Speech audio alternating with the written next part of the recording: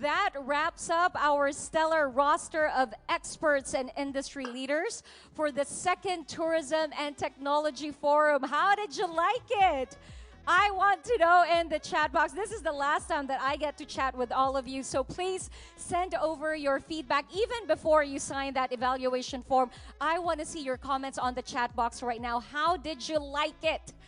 The last 2 days, your biggest takeaway, what is the one thing that you were curious about? You came in here, you heard the talk, and now you're definitely going to be on it. You're going to explore that a whole lot more. The chat box is where it's at. Oh, we are getting a lot of hearts, applause, kisses. Thank you so much. Very informative indeed. That's why I kept saying, I want a copy of all the talks. Mice at tpb.gov.ph. And the reason, and that's not on my script, I already know it because I'm going to email that one. Okay, looking forward to another, yay! We are glad to hear it. Well, you know, none of these would have been possible if we didn't have the kind of audience that we have for today. It wouldn't have been as fun. The speakers wouldn't have, you know, that kind of energy in presenting and sharing their knowledge if they weren't received as well as every single one of you have today. So thank you so much for that. And to sum up what we have discussed on securing tomorrow today with Digitech, here are my thoughts. Well, we already know this is definitely all about integration and collaboration. I think from the very first Tourism and Technology Forum, which was also a virtual event back in March, collaboration was mentioned numerous times. And even though we are in isolation, that is a message that maybe the universe has been sending out to us. We cannot do this alone. Our weaknesses will be balanced out by somebody else's strength. So we need to find that person who can do exactly what we need them to do. And for all you know, they're also looking for us. So send that message, get in touch with people. You really do not lose anything, okay? And work on that. And maybe if you have an imposter syndrome, if you have analysis paralysis, who knows? But maybe that is something you need to work on after hearing and learning from all of the sessions that you've heard from day one. We also want to know what you think of the topics and the virtual edition of the second Tourism and Technology Forum. Please feel free to share your insights and thoughts in the chat box or the comments section. We will be taking notes on what else you want to know to help improve our business and bring Philippine tourism to the next level. Oh, I can't wait to travel again. Capping off this productive 2-day event, let's hear a message from the Chief Operating Officer of the Tourism Promotions Board, whose leadership has made this possible. Ladies and gentlemen, let's bring the hearts back. Let's send her the sparkle. Let's send her the appreciation. Please welcome back once again, Miss Maria Antoinette Velasco Aliones. Thank you very much, Miss Jelly. And you're right, nakakataba ng puso ang mga affirmation, appreciation, congratulations, ang mga pakudos, ang mga clap, clap, clap na nandyan sa chat. Maraming salamat sa lahat ng mga, hindi ko alam kung natuwa talaga kayo ng 2 days na ito. No? Parang TMI ba? Too much information, information overload. But whatever, alam ko na you all took that in a positive light. At closing remarks na nga ako, dadagdag pa ako dito sa information overload. Pero maiksi lang to, no? Just to cap the 2-day forum. And can you see the slide? Can I get, and can you hear me clearly? Yes, go ahead po. Okay, sige. Okay, parang walang nagre-react eh. Akala ko umalis na sila dahil nagpasalamat na si Jelly. Okay, speaking of stories, let me share with you briefly lang my very personal story that I recall habang nakikinig ako sa mga speakers since yesterday, especially today. 15 years ago around this time, October 2006, when I was studying as a fellow at the Kennedy School of Government in Harvard. Sa Harvard, sa KSG, there are many learning sessions that you can attend.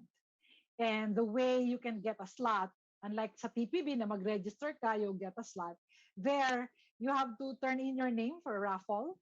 At swerte mo kung mabunot ang pangalan mo. So, ang ginagawa ko lang kasi there's no limit naman how many events you can join.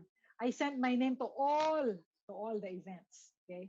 Not only because nako, ang appetite ko for learning new things is really huge, but also because pag nag-attend ka ng learning event, libre na yung kape mo, may cookies, di ba? So, libre yung libre yung breakfast.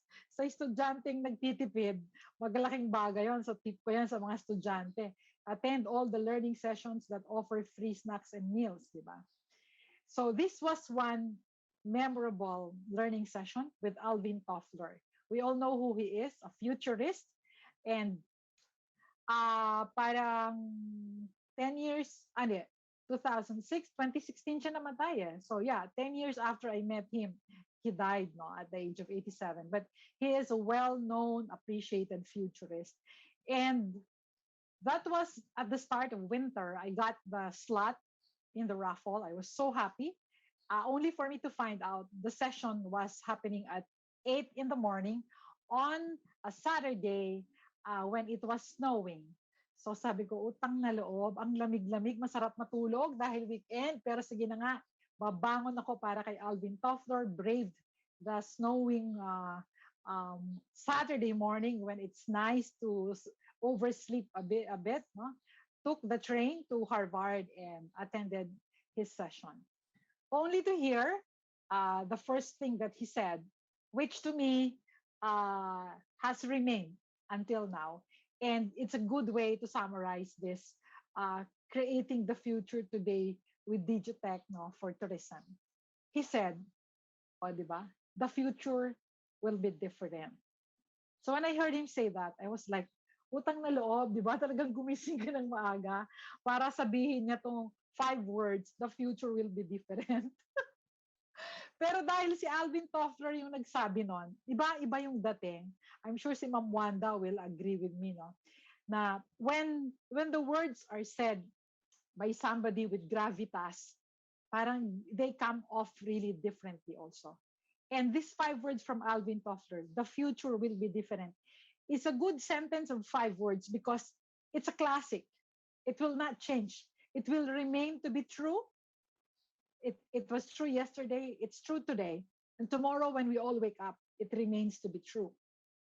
And over the last 2 days, we've seen how the future, in fact, yesterday was our future yesterday was different from today, diba? Kasi we planned for something today, but like I planned to be in PICC today, but there were many intervening events, meetings that require my online presence. And so how my today shaped, how my tomorrow from yesterday was shaped, turned out to be very different. So even in our personal lives, kayong mga estudyante dyan, balak nyo, ito yung course ninyo dahil ito yung tatahakin ninyong career. Tapos yun pala, pag nagsumali kayo ng Miss Universe, biglang napunta sa inyo yung corona, that changes your life entirely. So these 5 words from Alvin Toffler, I would like to share with you because it's a very good sentence to remember when it comes to technology and how it impacts our lives, and particularly how it impacts how we reshape the future of tourism. The other reminder that's important from the sessions is that Alvin Toffler himself noted that the great growling engine of change, no, when he was writing 2 of his books, no, Future Shock and The Third Wave, he already knew that technological innovations would be a huge driver of change.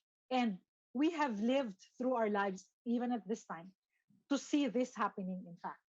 Whether that's good or we find that disruptive, well, hopefully the perspective that we have is that it is a challenge that presents us the opportunity to leapfrog, be 4 steps ahead of the change, of that technological change and evolutions, so that we are able to be agile in responding to the volatile, uncertain, complex, and disruptive challenges that face us every day of our lives. But it is also important, no, to be reminded from the 2 days. Kasi we all talked about technology, lahat ng platforms, the digital platforms now, social media. Okay, well, let me parang pagkatapos nating pag-usapan lahat, sasabihin ko, okay, let me destroy that. Hindi naman destroy. Let me put that in a good perspective as a reminder that technology is a tool, no? That we need to use. It is meant to serve us. It is not meant to be our masters. If digital technology has become our master, we have become slaves to Netflix, we have become slaves to Facebook, to LinkedIn, to TikTok. Nako, yan. That's the danger that we all need to caution ourselves against. Because technology is a modern invention, is something that evolves, that should serve our purposes, that should make our lives better, that should connect us closer, that should inspire meaning in these connections and not the other way around. If technology is making you depressed, if technology is putting you in more state of despair, if technology is making you feel, ay, wala na talaga tayong future dito, parang, ay, hirap-hirap naman ito, ay, ay, nako, sige. Siguro bumalik tayo sa basics, no? Because as I said, technology, digitech, these are meant to be useful servants to the purposes that we have for ourselves. And hopefully, we all keep the nobility of the purpose that we have. Something that doesn't just serve personal interests, but serves our community interests. And ayan na, election season. What is best for the country in moving the Philippines forward? As we travel to the future, I thank all of you guys. Nako, round of applause. Simula sa baba, pakaliwa. Yan, round of applause for all of you, our very engaged learners, leaders through the Tourism and Tech Forum since yesterday. Another round of applause. Nako, si Miss Jelly Victor, marami ka ng fans. May fandom ka na. Maraming salamat, Ma'am Jelly, for the energy, for the beautiful presence, the very, very smart, sharp way of distilling the insights shared by our speakers. Kudos to you and more blessings to you. And of course, maraming salamat, Miss Panet Hamlin, and your team. Nako, maraming salamat. At ang tribe ni Japoy, ni Prab, si Noni, ang ating tech and production team. Nako, our salute to you. And join me, ladies and gentlemen, in thanking my ever untiring team from the Tourism Promotions Board. Nako, come hell or high water, come whatever alert level, we are ready to shift. We are agile to adapt so that we get to serve you pa din. So as we travel to the future, three important pabaon from Alvin Toffler. I am not an Alvin Toffler army, no, or fan, but I find that many of his wise thoughts, particularly in anticipating change in the future in relation to technology, remain to be, they're all classics. First, the first rule of survival is clear. What is that? Nothing is more dangerous than our success yesterday. What does this remind us? Hoy, do not be complacent. Okay, nag-succeed tayo. Naku, na-award na si Ma'am Wanda. Siya ang most influencer in the, no, in the, so did she rest? Did she stop there? No. She did even better. So we need to ennoble the success that you achieved the day before, no? So that we can be better versions of ourselves in the days to come. Yan. First rule. Second rule, it's important that you have a strategy. Sabi nga kanina ni, was that si Lim, Bea Lim, no? Diskarte. Okay. So yung strategy is highfalutin word. Siguro if i-translate ko yan sa usapang kalsada, dapat may diskarte tayo dito. Anong diskarte natin looking at the future and anticipating the future? Why is it important that we have a strategy? Alvin Toffler says, if you don't have a strategy, then you are part of someone else's strategy. Hello, ayaw nating mangyari yon. And finally, sabi niya, yung pag-iisip ng strategy, the big picture, well, you also think about how we do the small things. So we need to have bifocal lens in looking at the future today. We need to think of the big things ahead, and we need to mind the small things that we do every day, every minute, every second in the day, so that all the small things that we are doing will go in the right direction as part of the strategy for the future. Alvin Toffler said these 5 words, October of 2006. I clearly remember he said, the future will be different. Over the years, I have interpreted this many times over differently also. But today, as we end the Tourism and Tech Forum, my glimmer is that, well, the good news in what he said is that the nice thing about the future is that it has yet to come. No, the future is always something that's not yet here, and therefore, if it has yet to come, then we have a chance today to change it. Yesterday, I asked you, dear learners, dear tourism techies, are you ready for the future? As I welcome you to the future, are you ready to make the change? Are you willing to change yourselves so that we all travel to the future in an inspired, hopeful, positive way? You have to be, because Alvin Toffler finally, in my last slide, have this beautiful, beautiful reminder. If we do not learn from history, we shall be compelled to relive it. True? But if we do not change the future, we shall be compelled to endure it. And that could be worse. Maraming maraming salamat. God bless everybody. And as we close the Tourism and Tech Forum second edition, I say, let's get started. Let the future begin. God bless everyone. Thank you very much, COO Tonette and Jelly, for being a great MC. I think I'm speaking for everyone when I say that these past 2 days have been filled with fun and knowledge. And as we say goodbye, I just want to thank you for being an amazing audience over at Zoom for the past 2 days. We have prepared a special video to bring this event to a close, so don't you leave just yet. So everyone, please watch this video. And once again, thank you very much for joining us for these past 2 days. Please watch this.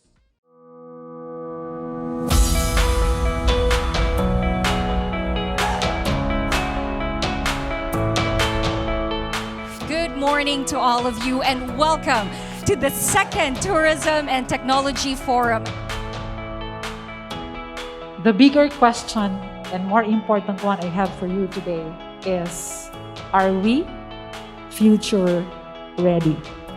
I borrow the words of Mahatma Gandhi, who said, the future depends on what we do today. I wish this thought inspires us to ponder on our future. And truly, this is my blessing and pleasure to say, welcome to the future. Welcome to the Tourism and Technology Forum. Maraming salamat po and mabuhay tayong lahat. Through our collective efforts, tourism will bounce back and thrive, create more jobs and livelihoods, and provide equitable opportunities that all Filipinos can enjoy. Thank you very much. Mabuhay po kayong lahat.